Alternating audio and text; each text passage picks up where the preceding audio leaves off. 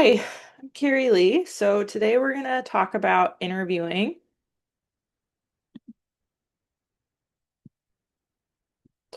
So the first thing is that you want to make sure that you are understanding interviewing norms. So for any particular interview, there are always going to be some individual interviewer preferences in terms of how they want people to respond, what type of information they're looking for versus what are just kind of good interviewing standards overall. So we're going to talk about a lot of the kind of norms, how to conduct yourself, how to prepare for interviews, but know that you know, as you're interviewing for any particular opportunity, it's a good idea just to kind of keep an eye on how your interviewer is reacting. So, based on their verbals, their nonverbal communication, you might need to make some adjustments because maybe it seems like they're kind of having a little bit more of a preference for shorter responses, for more detailed responses. So, if they're asking you like follow-up questions for more details, you may want to take that into consideration, add in a little bit more to your other responses or vice versa. So, just as an awareness point,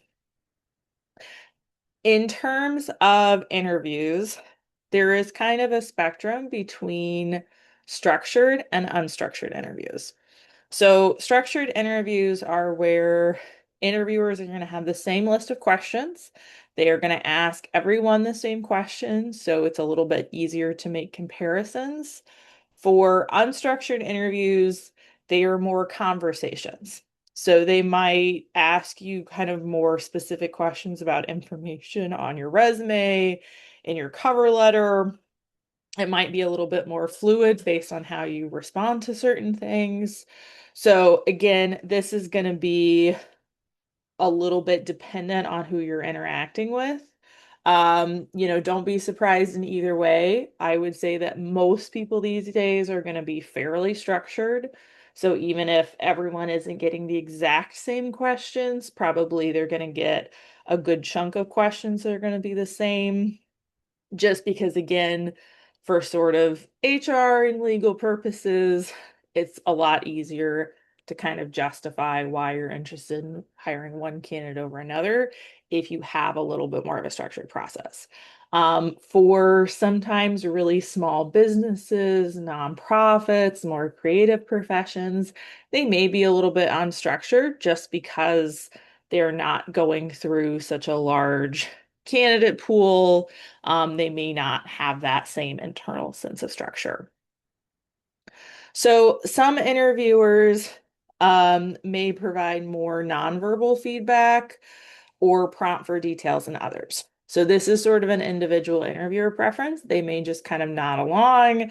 They might smile, they might make a comment, they might ask you a follow-up question if they're curious and they feel like you didn't elaborate enough. So don't really take that as a good or bad sign. For instance, when I do interviews with people, I don't tend to do a lot of prompting because I ask everyone the same questions and it's up to the, candidate as to how they respond and how much detail they share. So just know that that's something that it doesn't mean you're not doing well if they're not asking you things or being super smiley the whole time, or vice versa. They may be prompting you because you're not giving them enough of what they're looking for. So just know that that's kind of an individual preference. And at the end of the day, interviewers want to see you at your best. Um, Nobody really wants people to not do well. Um, the best situation as a hiring manager is that everyone does a great job and that they can make a fair comparison because they feel like everyone did well. And so they can decide who is going to be the best fit for the role. So it is very normal to be a little bit nervous. That is okay. Just, stay calm and know that they're not trying to stress you out. In very rare circumstances, are they actually trying to fluster you with challenging questions? It is really just they want to get a better sense of your skills and knowledge and experience to make the best decision for themselves. So, in terms of interviewing, even if you're somebody that is very comfortable talking with people, you don't tend to get nervous in interviewing situations as much, it is still something that you need to prepare for. Interviewing is not an innate skill. And so, whenever you have an interview, whatever the format is, just make sure that you are prepared, that you are early. You don't want to show up 30 minutes early and then you're kind of throwing people off if they're not ready for you or something.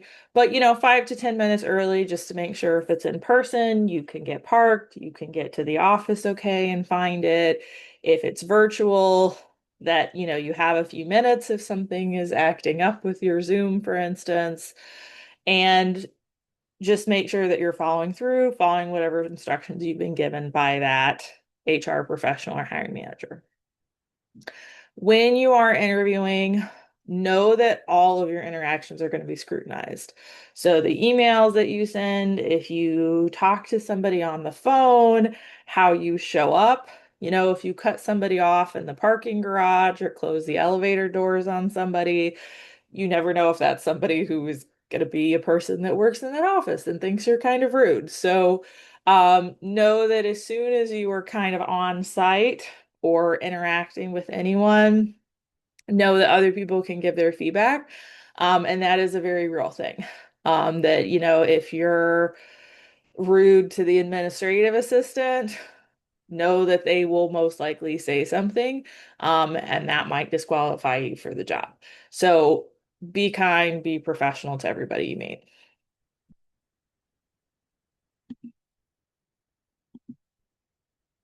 So in terms of types of interviews, it's really going to depend on the hiring manager, but also the company.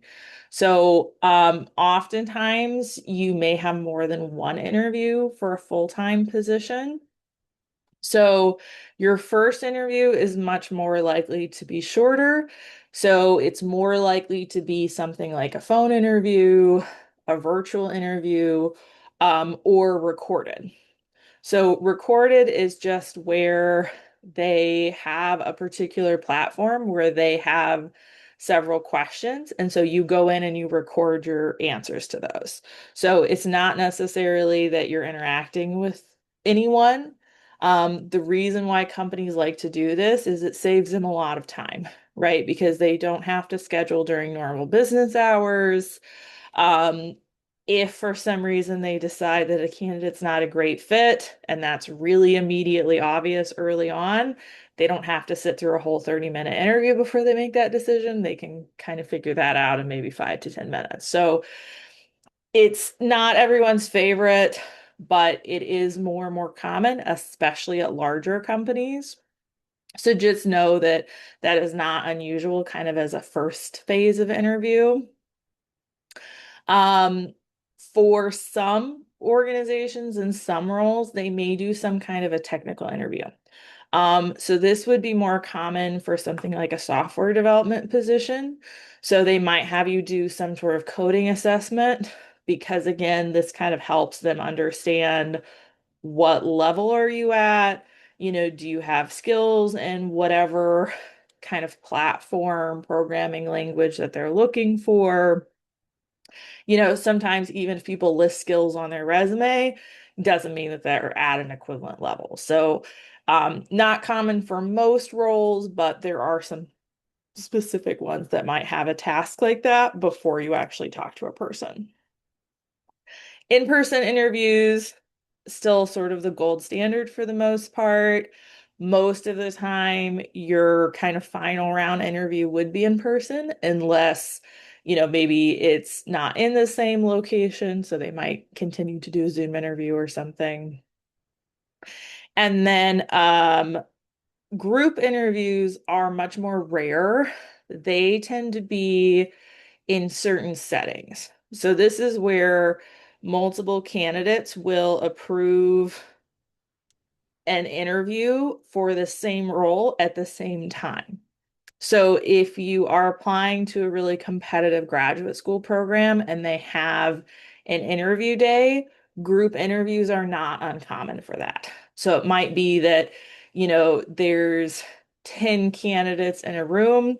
They're all people who are applying to this PhD program. And so they will kind of go around in a circle.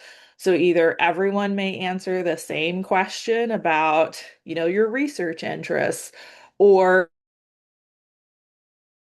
and so a few people answer a question, then they'll ask a different question, a few more people will answer. Um, some roles that are very collaborative heavy.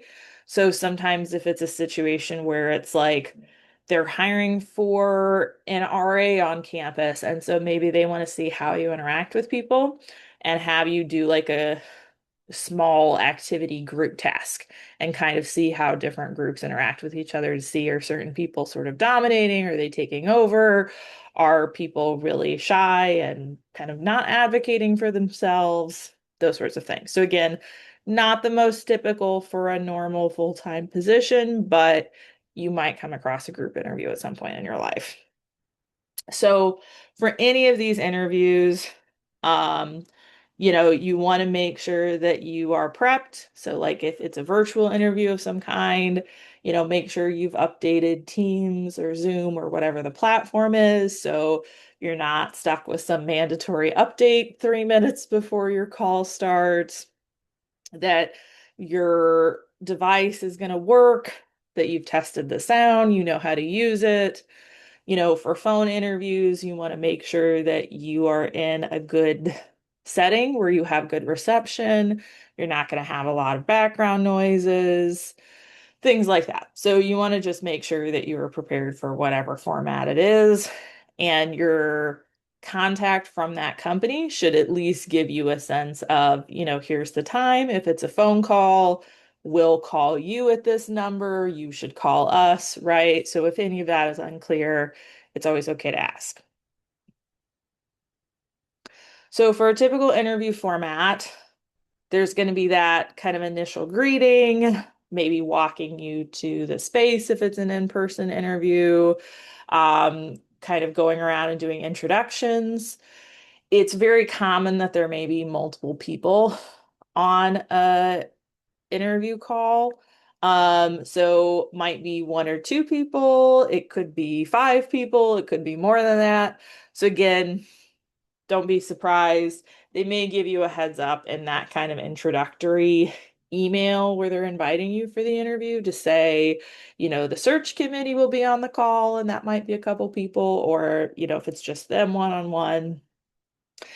And then sometimes the interviewer will share some information with you if the job description doesn't really have a clear salary range. That's something that they might specify in an interview to say, hey, this is a range that we would be hiring for. Are you okay with that?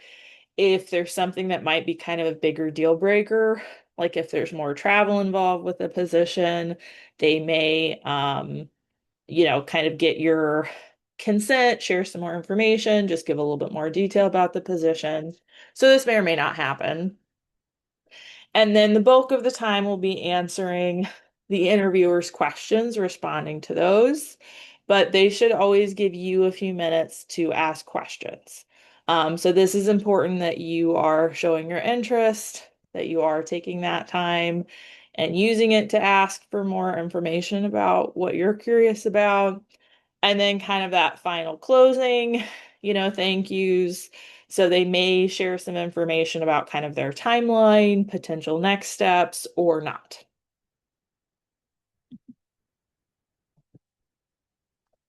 So for nonverbal communication, these are all things that people are going to assess, and it's not necessarily even always conscious.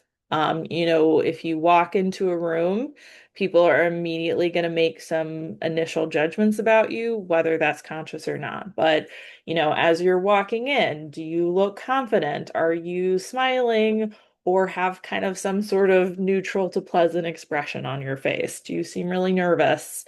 Are you dressed appropriately for that workplace and interview? So a good rule of thumb is to sort of dress up a step beyond what you would typically wear to work. So, for a normal business place where you're kind of wearing business casual attire, so maybe sort of a dress pants and a nice top or khakis and a polo, you're not wearing a suit every day, then that's a situation where you would want to dress a little bit more formally. So if you are wearing a suit, that would kind of be that step up from a business casual day-to-day workplace. Versus if it's a more casual workplace, then, maybe having more of that business casual for an interview setting, and just be mindful of that environment. If you're working in a law firm, much more likely that they're going to be pretty conservative, more formal in terms of attire and what they expect when you're working with clients. If you're working at a gym as a personal trainer, obviously you're going to look very bizarre if you show up in a suit in that setting.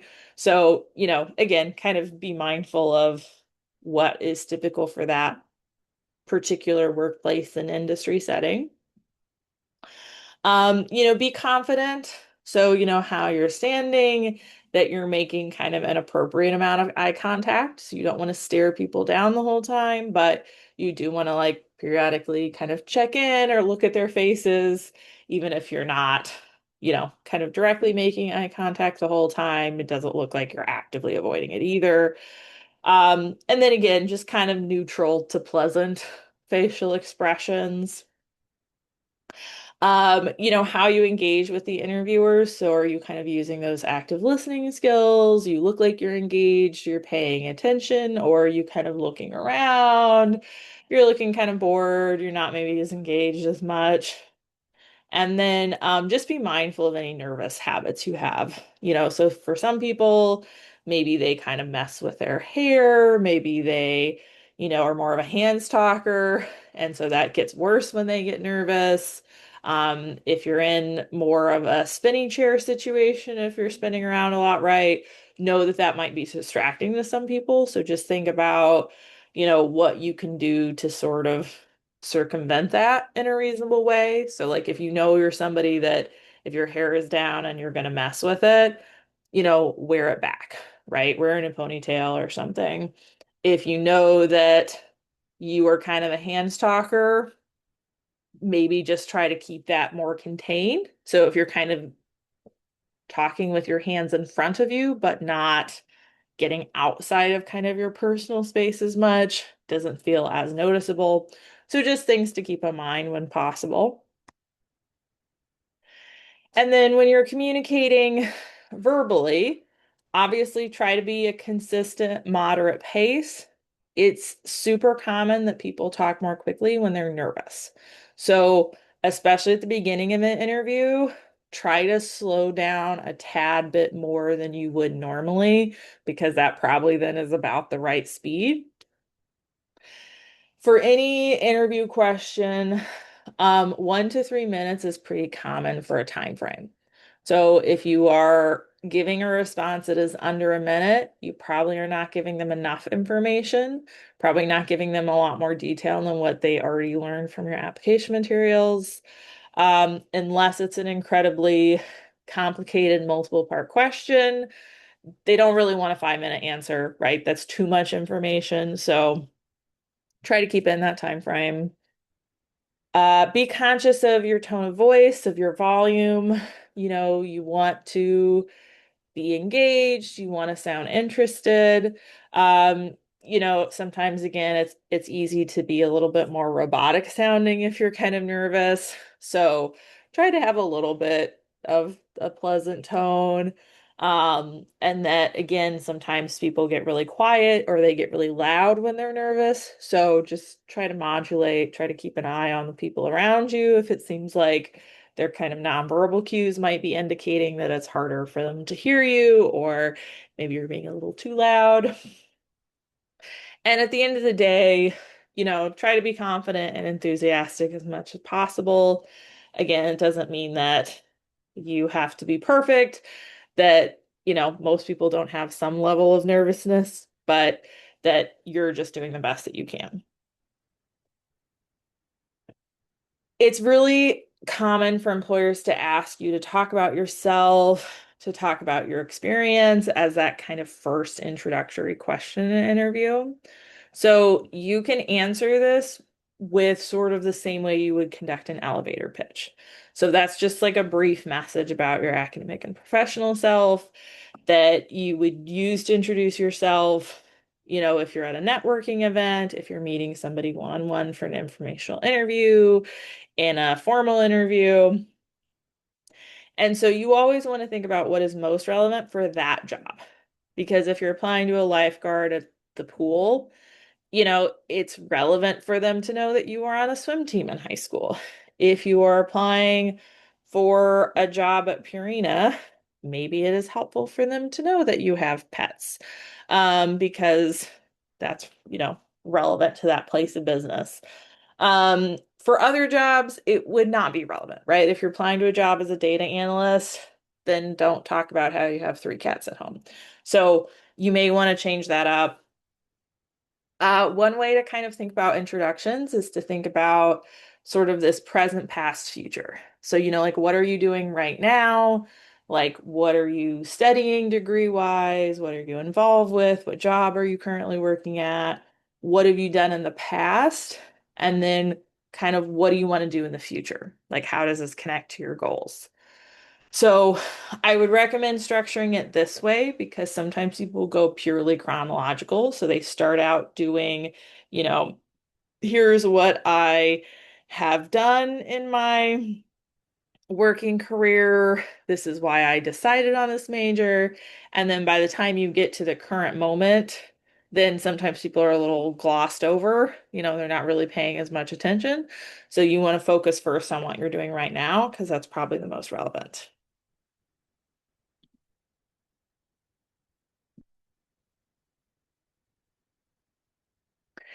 So this would just be an example of how you could introduce yourself.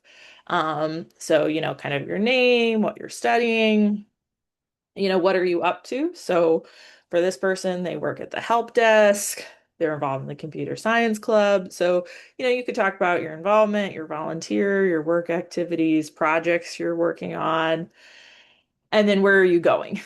So, if it's kind of a more open-ended conversation at a networking event, or if it's for a particular role, then try to kind of connect that role to your interest.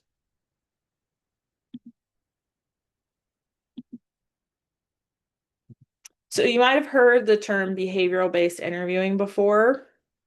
This is what most interviews are going to be like.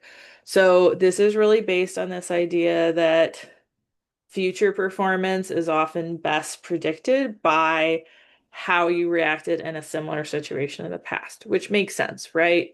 So they want to know what are specific examples of how you've handled situations. If they're just asking kind of general questions, they're much more likely to get general answers.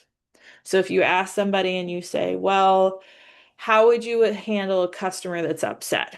Most people are probably going to give you some combination of, well, I would listen to understand what their problem is and why they're upset, and then I would try to fix that problem for them or let them know what the next step is.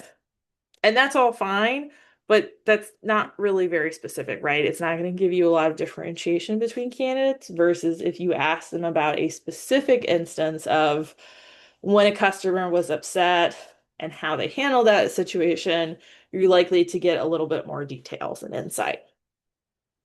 So these behavioral-based questions are very commonly tied to transferable skills.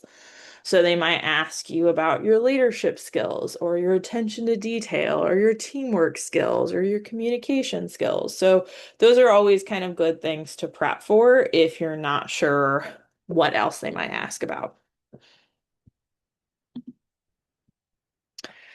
So these are some behavioral based questions that might come up. So anytime you hear that, tell me about a time, give me an example, you know, describe a situation where, so that's kind of your clue that they're looking for a specific example.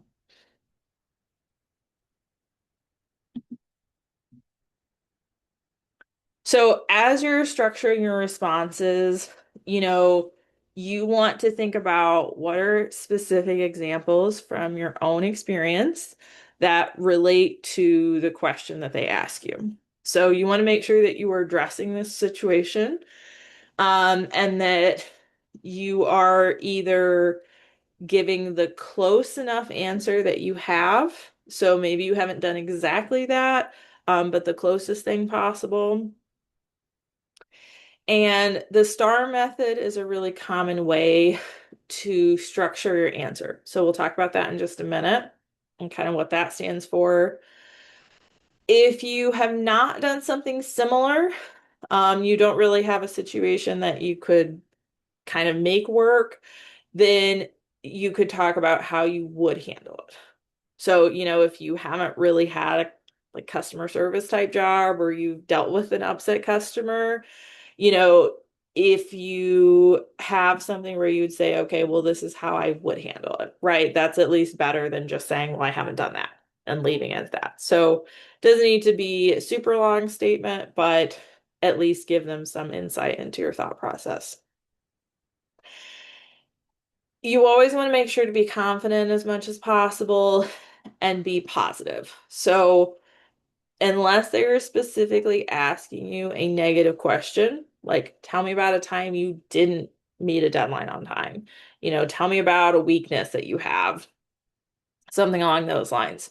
You want to come up with situations that are positive, or that, you learn from. So if it is more of a negative question, then kind of state, this is what you learned from the situation. This is maybe how you would have handled it differently in the future. But you still want to pick something that's not going to be overly negative, right? If it was you made like a really big error at work and it was a really big issue, that's probably not the type of situation when you want to use for an example. You want to pick something that is a little smaller issue, even if it's a negative angled question they're asking. Sometimes people are a little bit concerned about kind of coming off maybe a little bit more arrogant. So, what I would say is often kind of that line between being confident and being overconfident or arrogant is when you are bringing comparison into play. So, if you're saying, oh, I was recognized with an award for the best salesperson in my district last year. That's an objective statement, right? You are just sharing that you won this award. If you say, well, I'm the best salesperson in my district, right, that comes across as a little bit more arrogant because, maybe you are and maybe you aren't, but there's not necessarily any particular bounds to that. So if you are just comparing yourself to other people in that way, that's often the line where sometimes you feel uncomfortable. If you're just saying, this is, a project I worked on. It went well. The clients were really happy with it. I got a really good grade on this research paper. Again, that's just sharing what you have done. And if you're not sharing what you've done, nobody else can do that for you. When you are answering any question, you want to make sure to end your statement strongly. So don't kind of trail off with your answer and stop talking. Don't say like, well, did I answer all the question, that you were asking me? Is that what you were looking for? Because they kind of may or may not really give you that information. So unless it's a one-off genuinely where they ask you a multiple part question and you do want to check something or you forgot that last part they ask you, just end it. So a good way, if you ever feel like you're kind of rambling in an interview, is to just restate the question. So if they ask you about a project that shows your attention to detail, talk about that, and then say, that's a time that I was able to show my attention to detail in a project. And end, right? Because then it is more clear to the interviewer that you are done, that they're not waiting for you because maybe you're just thinking or taking a breath. Because if you're kind of trailing off, sometimes it is not always really clear if you're done or if you are just pausing. And sometimes that's a little bit awkward. So the STAR method just stands for situation, task, action, and result. So the situation is the context, where were you working? What was going on? The task is what you were working on. So it was a particular project, for instance. And then the actions are the specific actions that you took. So, if it was a group project, talk about what you did as part of that project, not what you did overall as a group, because they want to know what you did. And then what was the result? So a lot of times people tend to really miss the result part. And so they'll talk about this interesting example, but they won't say, well, what actually happened with that? Did it go well? Was it received well by the clients? Were there improvements that, you made for future based on that? So make sure you talk about that result part. So this would just be an example of how you would structure that. So you know, it looks like a lot of text, but really this is just kind of a solid paragraph. So that's probably about the length that you would be sharing for that sort of 1 to 3 minute response. Because again, you don't want to have a whole essay where you're giving every single detail ever, but you do want to give them enough information. So for this situation, they talked about being a communications chair for a nonprofit. So they wanted to promote their annual 5K charity race and they wanted to grow attendance numbers from last year.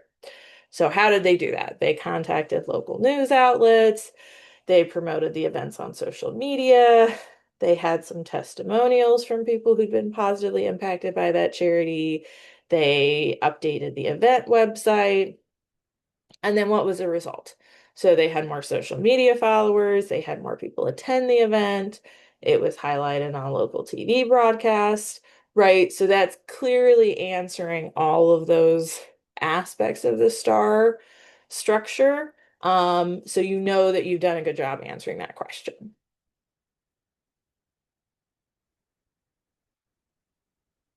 So all interview questions kind of typically fall into one of these categories.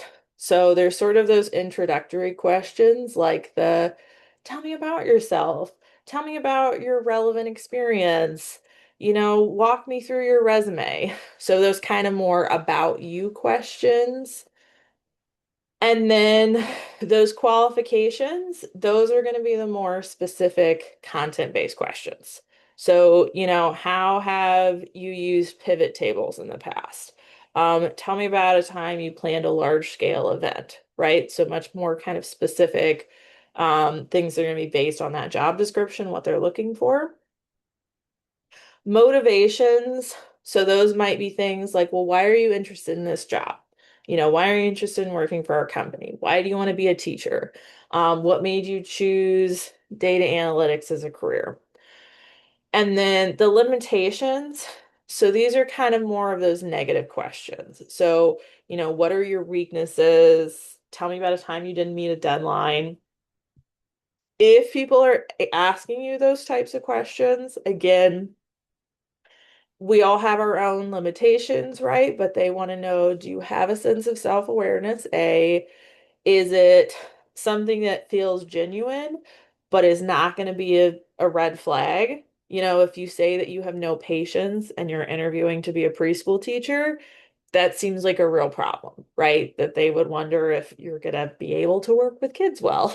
So, pick something that is not going to be super detrimental. If it's a data, entry role and it's just independent working, talking about how you sometimes get nervous presenting to large groups of people, it's not going to disqualify you from that job, right? So, pick something that is not going to be super related. And then overall fit. So you may not always know these things, but they may be looking for very particular skill sets as part of, the job description, what they're looking for in a candidate, but there might be some extra things that they would really like. So, maybe they want somebody who has this skill because nobody else on the team really likes doing that. Maybe something would be kind of a helpful compliment to them, something a little bit more kind of like personality style wise. If everybody is super extrovert in the office, and you're clearly super introverted, they might feel like you wouldn't fit in as well or something. So again, you can't always really control that, but just sometimes that's where those other questions might come into play. So when you are preparing for interviews, there's obviously tons of resources out there. A couple that I like to mention are My Interview Practice and Glassdoor. So Glassdoor is a website where there are job postings, but people can also share their experiences. So they can kind of review their experience working for a company or interviewing. And so people can also share what types of questions they were asked in the interview, what that interview experiences was like. People who write reviews tend to be on one side of the spectrum or the other, right? That they're like, yes, it was a great experience. I loved working there. Or they were like, it was terrible. They were rude. They didn't respond to me after the interview, whatever it might be. So, you know, kind of keep an eye out to see what are patterns. Like if there's one person who seemed really mad about something, that may or may not be a representative experience versus if everyone is saying, oh, it was a really great working environment, but the salary was not that great, then you kind of know going in that that might be something to think about. Um, my interview practice is a subscription that we have, so you can make a free account with your Webster email. And so you can just practice interview questions. So you can record yourself, virtual or kind of screen and or audio if you'd like, if you just want to think through questions. There is like an AI feature where you can put in a job description and it will generate questions for you. I've tested it out and it seems fairly reasonable. There are also just kind of preset questions that exist on the platform. So just another resource that's out there. It's always a good idea to practice responses to common questions. So, things like tell me about yourself. What are your strengths? Why are you interested in this company? All of those types of questions, you want to have a solid answer for because those are very common things that are going to come up. As you're looking at the job description, which hopefully you saved, because some job boards maybe don't always let you access after they've expired, even if you've applied to them. So it's always a good idea to just kind of download a PDF of job postings, just save them in a folder, and then you can go back to those as needed. But go through the job description to see what are their job responsibilities, what are the qualifications. So if they're asking for experience with a particular software program, think about a time that you've used that software program. Or if they're ask you about this type of task, what's something similar you've done to that before, right? So um, that's always just a really good way to prep. Go through your application materials so you remember what you said, what you focused on. If there's any accomplishments you want to kind of make sure and incorporate. And then, research the organization a little bit. So you can look at, what's their mission or values as an organization? What are the products or services that they offer? What's their CEO's name in case they mention them? You don't look confused, right? So you don't have to do an entire deep dive, but just do some basic search. If anything pops up on a news search because maybe they have acquired another company, maybe they were, awarded something in their industry for their excellence. Maybe they're in the news for a not great reason, right? Doesn't mean that you have to comment on that or not, but you just kind of have a better sense. And then, based on that research, you can generate some questions to ask the employer at the end of that interview. You also just want to make sure that you've got your interviewer attire ready to go. So, we've all had that happen where you think, yep, this looks good. And then actually maybe your weight has changed a little bit since the last time you tried on that outfit. Maybe it doesn't fit quite the same as it did before. So, things like that, that stuff isn't really wrinkled. You've hung it up, it's going to look nice, be clean on the day of. And then again, if it's some type of like virtual interview, that you made any updates, downloaded any software you have to do. So those questions for the interviewer to ask, um, you want to ask something always. Even if they did a great job and they shared a bunch of information with you, ask something because otherwise, it just looks like maybe you aren't quite as interested. This is your opportunity to get to know them. Interviewing is a two-way street. So the best questions are always going to be specific to that role or to that organization. But, ask what you genuinely want to know about. If you're really interested in a particular aspect of the job, ask them more about that. You could ask them more about the team structure. You could ask them what they enjoy about working there. So, use your kind of research, the values of yours that are most important as you're thinking about how you want to use that time, because it's pretty common that you might have the chance to ask one or two questions. You might have time for more, but it's not always a given. Avoid asking about salary and benefits up front. Generally, there should be something in the job description. If there's not, they will often tell you that in that first round interview of kind of this is the minimum, this might be the salary range. Otherwise, I would let them share, because then usually you're just kind of putting yourself in a little better situation. Negotiation wise.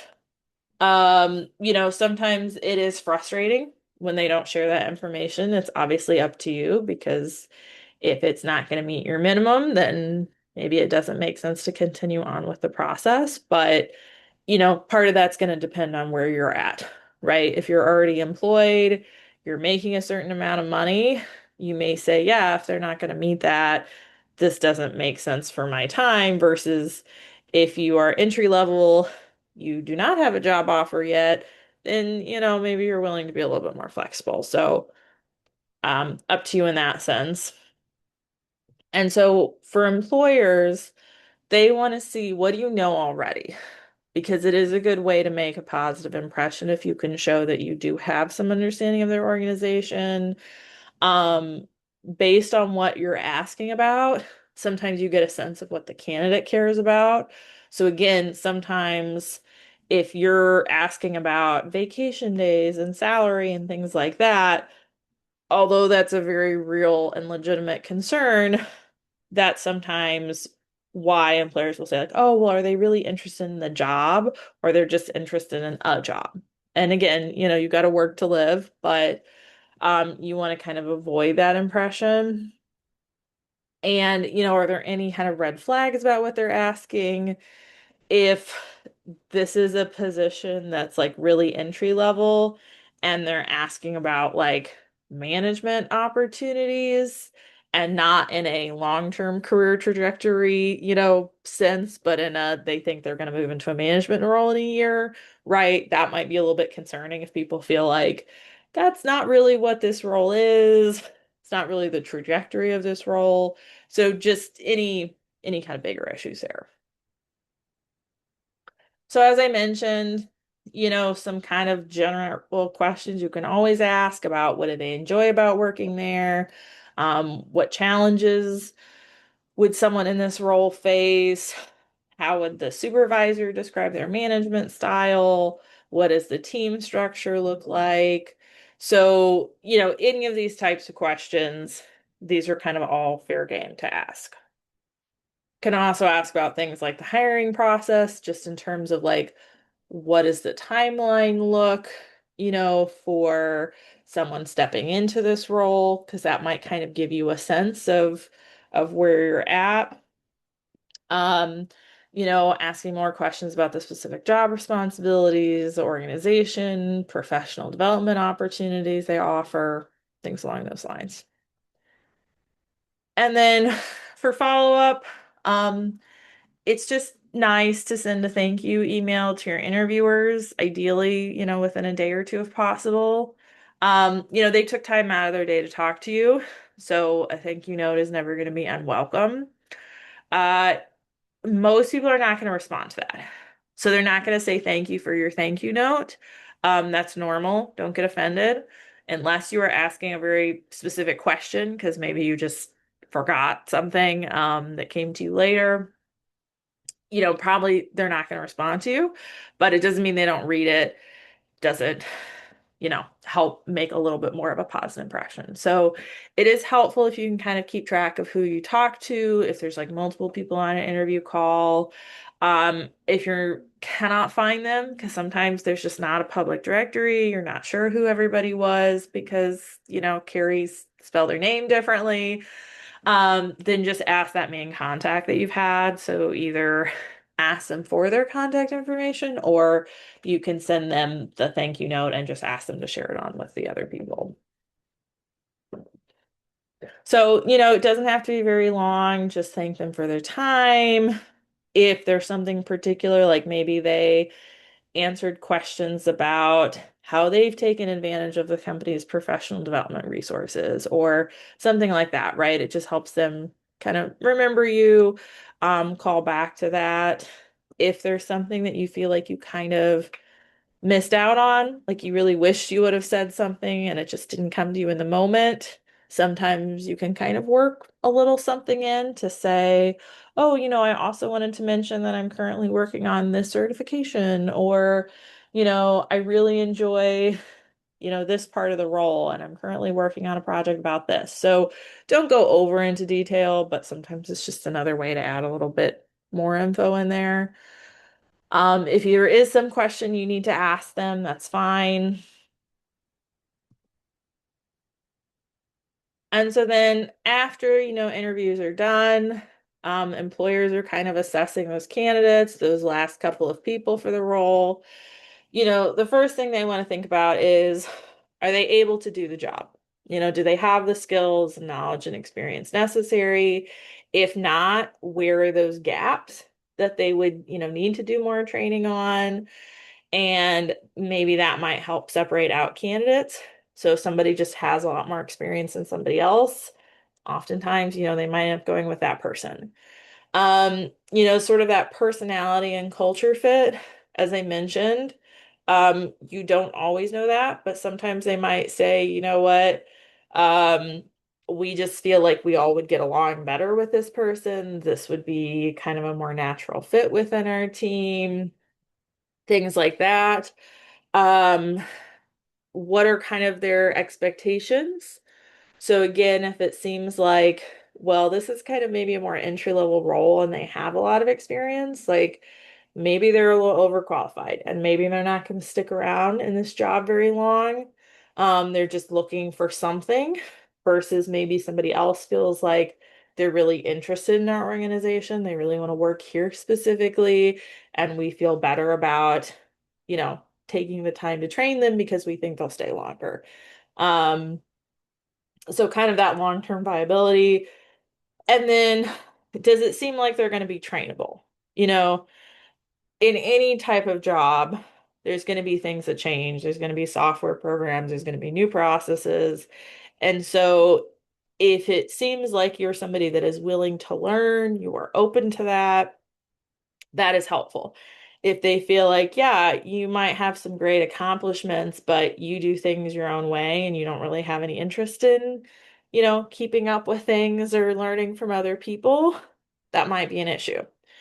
And then again, just do have consistent responses because sometimes you might be really impressed by somebody's resume and then you get them in front of you and they just don't perform in the same way. Or maybe as they're talking about examples, it kind of seems like they over embellished a little bit on their resume, right? So kind of trying to see both from like an honesty standpoint, but also are they able to talk about their experiences? Because some people have done those things and they're just not very good at talking about them. And then some people, yeah, might have been had a little bit more embellishment than necessary.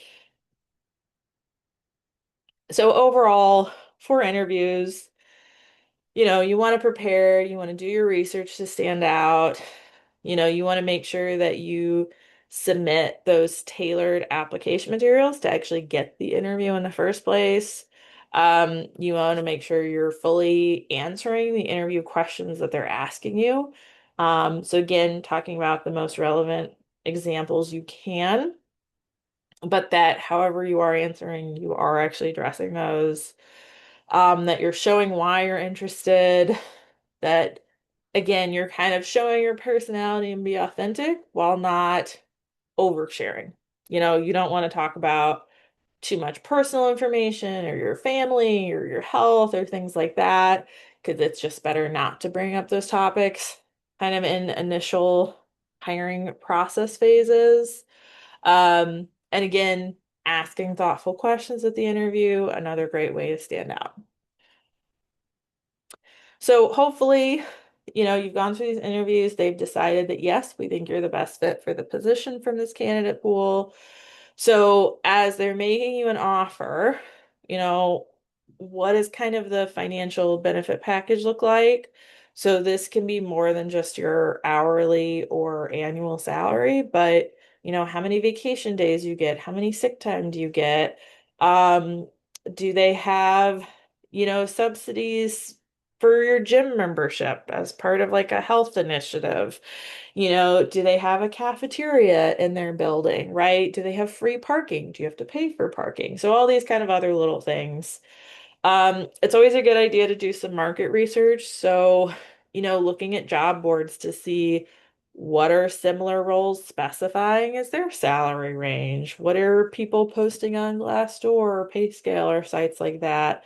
So, take it with a grain of salt because one company is not always going to be equivalent to another company. But if you're seeing that a lot of roles are kind of in that 50 to 70 range and they're offering you 40, that might give you a sense of like, yeah, they're really lowballing you, or maybe that company just pays really poorly overall, but maybe you could do better elsewhere if you've been getting on other interviews and things like that. What are those kind of logistics? Like, if you would have to commute for an hour, is that doable for you? Do you have good transportation? Would you be planning on moving to be closer? Um, is this going to help you get to where you want to go?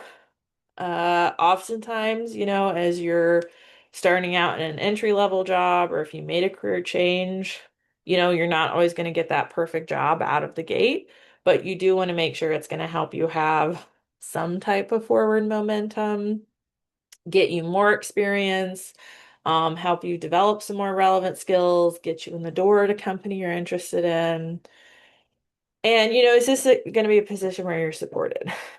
Again, um, different kind of standards, different supervisors can really impact your day-to-day experience. So if you're getting not great vibes from the interview where it seems like everybody, you know, doesn't stay very long in those positions because people are unhappy, people leave, right?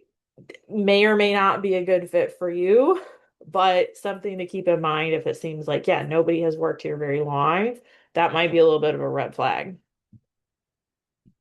You know, what would you do if your first choice kind of plan doesn't work out?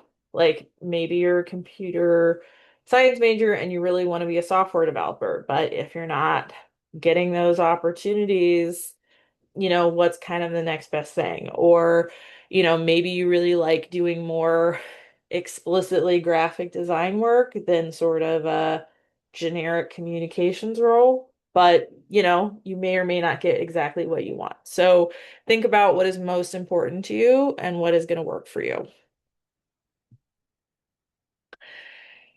It is a good idea to negotiate salary, but you want to do that in a respectful way. Um, it is not common, but it is pretty much always possible for employers to pull, offers. So if you are in a situation where you really need a job and you don't really want to jeopardize the job you have, it doesn't mean that you can't negotiate, but you want to be more mindful than if you're like, yeah, I already have a job I like, I'm just looking for something better, right? And I can afford to be pickier.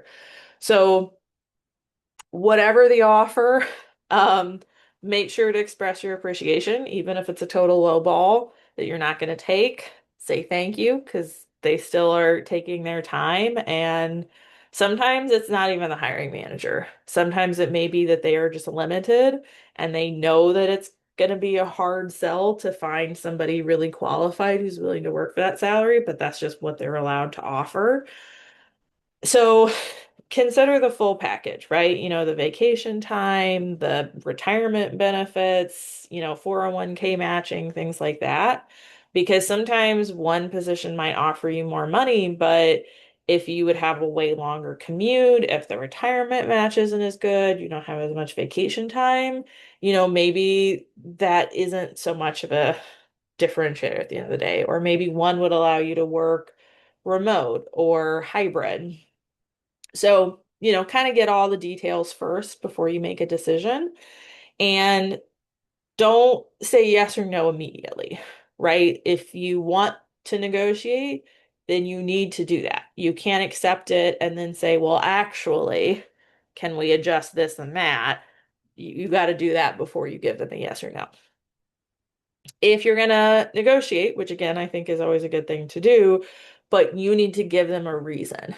You can't just say, well, the economy's kind of rough these days. Inflation is making everything so expensive, so I really need to make more money, right? That's everybody in the world.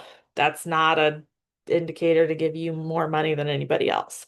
So you need to provide them justification for how you can contribute. So maybe you have a certification that is related to the role that wasn't a requirement. It's just something extra that you have.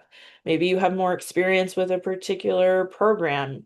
Maybe you have more experience than they're requesting in the job description, right? But you need to give them something to say, due to X, Y, and Z, I was really thinking that the salary would be closer to X, right? So again, being mindful of the tone because you can certainly say, I cannot accept the position if it's under X amount of money, but know that if they say, well, that is just not possible, we're not authorized to offer that much, they'll just say, okay, well, we can't offer you that much money, so I'm sorry, this didn't work out. And you really don't want to be put in the position where then you're backpedaling to say, well, no, no, actually, I do want the job. Like, I just wanted more money, right? If they've already pulled the offer, then if the offer's gone, it's gone. So, you know, it's better to kind of say, I was hoping it could be closer to this. Would it be possible to um look for this increase, right? So it's a request, it is not a demand. And you do want to make sure it's reasonable. Outside of a situation where you're very comfortable saying no, this not working out, um, you really can't ask for a giant increase.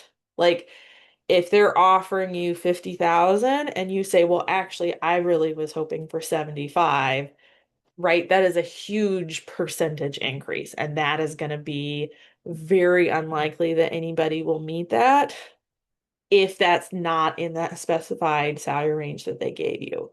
If you're asking for like a 5% increase in salary, that's way more reasonable, right? That is definitely something that could be doable for them.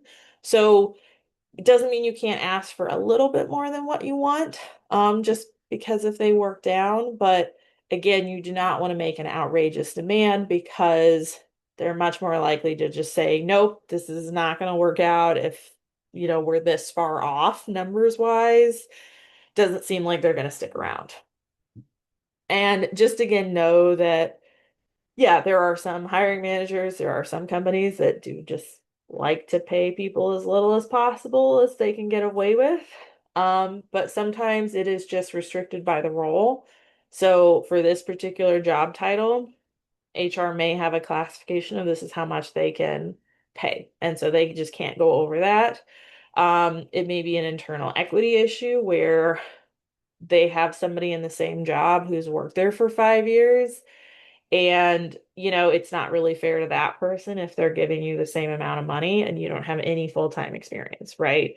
So sometimes there's these different things that come into play that hiring manager may be more or less open with you about those restrictions, but just know that it's not necessarily always them kind of wanting to get one over on you. So, finally, after whatever negotiation has taken place, so if they've said yes, we can give you that 5% increase. Unfortunately, this is what we can offer. Whatever the response is, it's okay to ask for a couple of days to think about it. You know, if they are really pushing you to make a decision in the moment and you have to give them a yes or no right now, that is a red flag. Unless it is an incredibly, incredibly urgent need, generally anybody that is going to be working for them, there's going to be a little bit of a lag, right? So if they have to give notice at their current job, if it's going to take a week or two for them to get their situations together to get started, so it's okay to ask for a couple of days.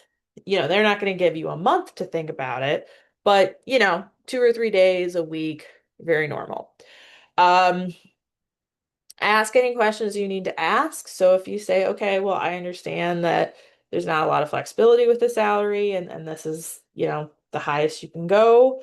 Um, Again, make sure that you are aware, like, okay, well, can I have some more information about like what the health insurance benefits are like, what the retirement, matching benefits are like, those sorts of things, because then you can at least make a more informed decision.